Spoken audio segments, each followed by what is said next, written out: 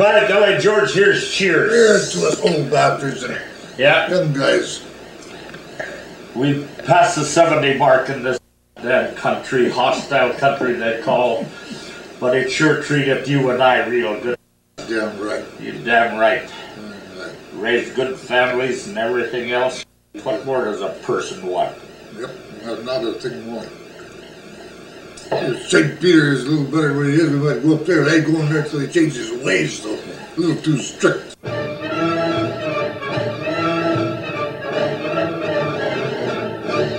Welcome to Alaska Rural Development 2000 with your host Harvey Samuelsen and a few of his good friends. This show is being brought to you as an important public service by the Hilton Anchorage in beautiful downtown Anchorage, Alaska. American Seafoods, working hard to keep Alaska working. Ute Air Alaska.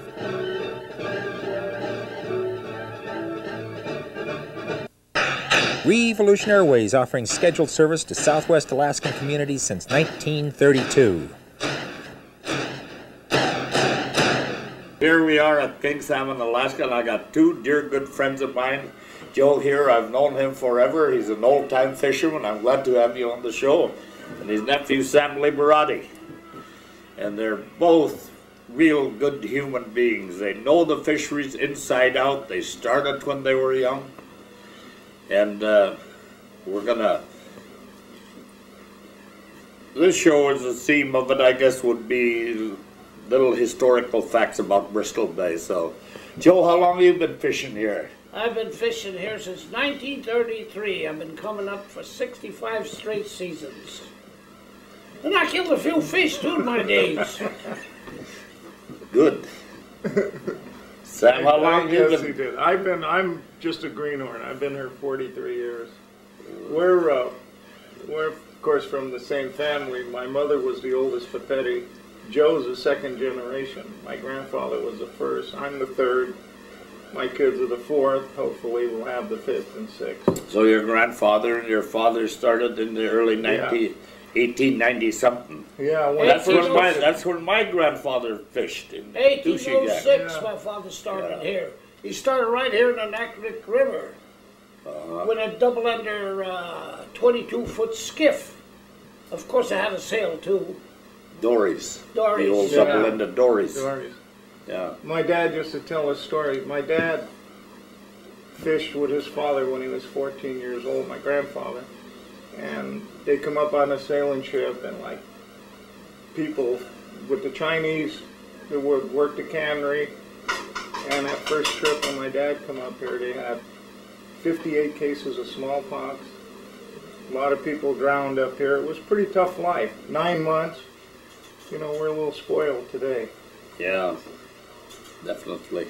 I remember I didn't sail on the sailing ships, but I remember when the tugboats used to tow the sailing ship out to the Farallon Islands and then turn them loose there and they'd sail to Alaska. And they were out there 3 months getting here from San Francisco. And I remember my father telling stories, you know, about food and water. It was tough. A lot of salt pork, Joe. What? A lot of salt pork is what they ate. Yeah. Yeah. That's when we had wooden chips and iron men, right? That's now right. It's the other way around. Now anybody that could turn a key is a fisherman. You know, Harvey, we were talking before. He's got, you know as well as I do, he's a classic, my Uncle Joe Squash.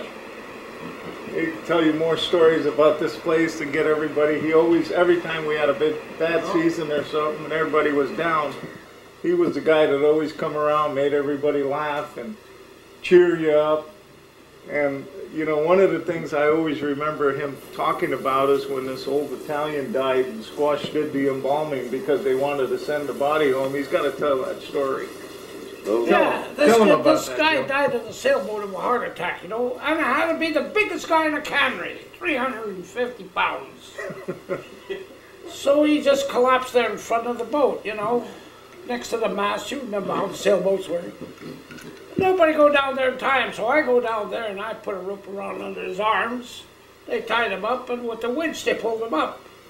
Then right there they had a little trolley car with a cable with a winch up the top of the hill.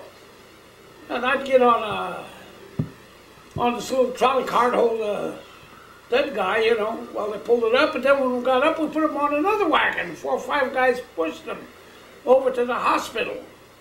And the doctor was supposed to bomb this guy, and he was old, you know, and couldn't see. So he talked to the superintendent. The superintendent come over to the bunkhouse and says, "Hey, boys, you guys want this body in San Francisco. The doctor needs a lot of help. Who's going to help him?" Well, my father can speak English, you know. He says, "What did he say?" Superintendent says they need a couple of guys to help the doctor. Well, he says, "Go." He says, "Dead people need more help than live ones." So me, my brother, and John Baldetta, we go up there and another guy.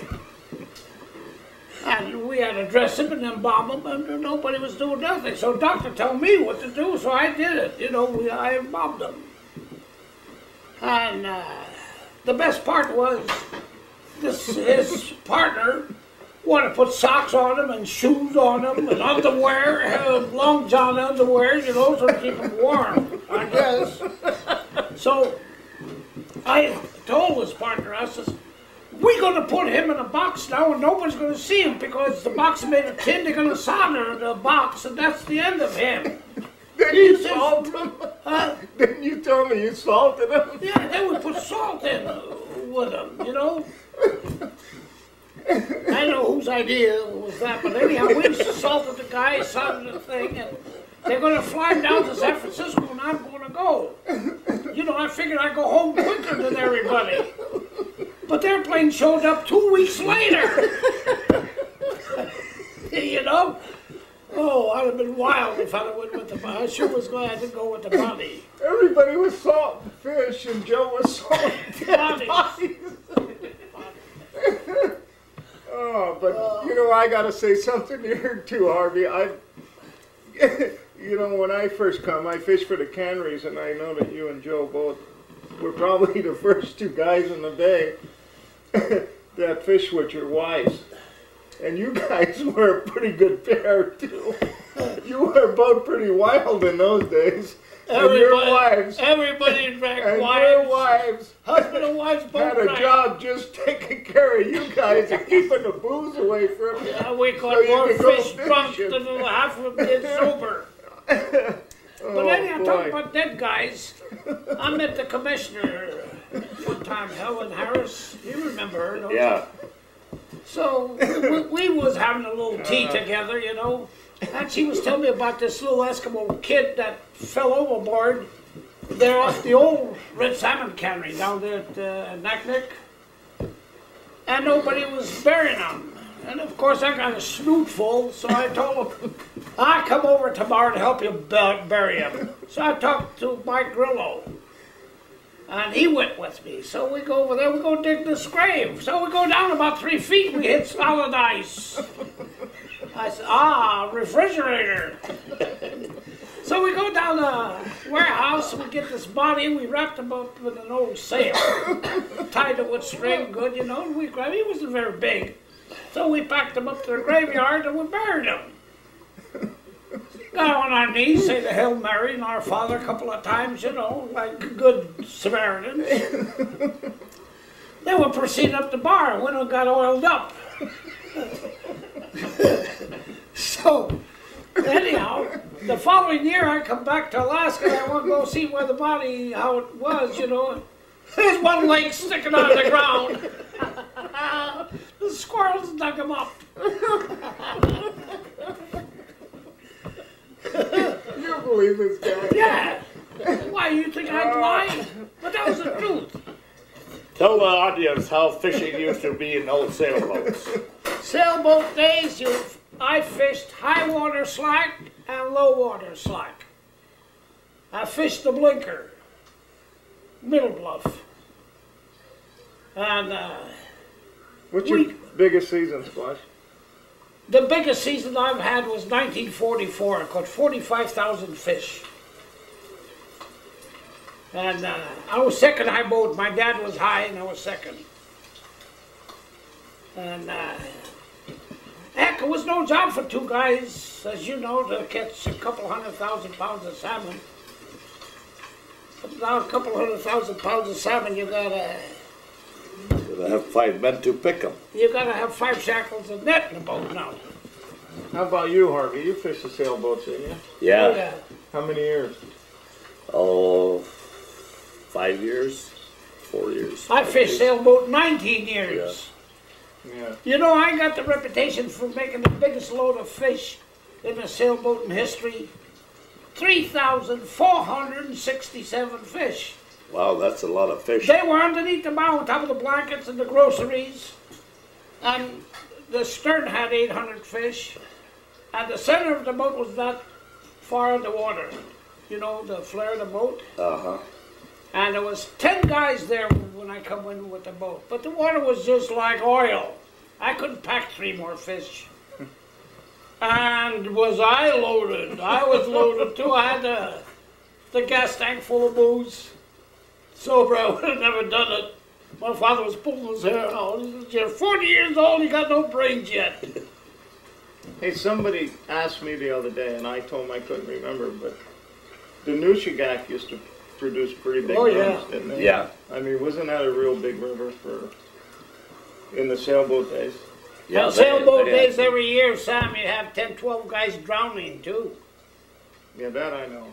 One good thing about the old days was they had decent gear. Fish could reproduce, you know. They didn't have nothing under 5-inch. No, 5 everybody had the same boat, the same net. That's what kept Kviak alive. What size measure did you use? 5 1/8. 5 1/2. Five No, 5 3/8. 5, and they cut it down to 5 3/8. But when everybody used them, Kviak had lots of fish. I think Revolutionary Airways offering scheduled service to Southwest Alaskan communities since 1932.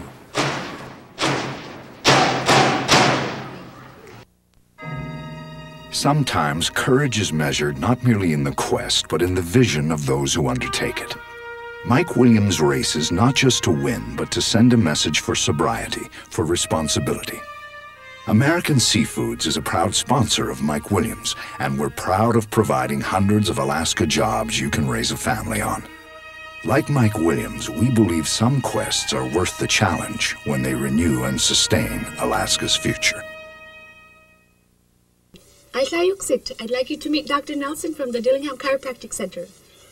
Hello, I'm Dr. Dallas Nelson. I would like to welcome you into my clinic. Chiropractic care offers a conservative, drugless, non-surgical approach to health care.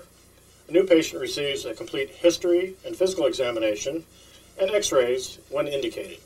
The chiropractic adjustment and associated physical therapy procedures will help relieve pressure on the nerves and restore joint function. So if you have lower back pain, headaches, numbness or tingling in the arms or legs, chiropractic care can work for you.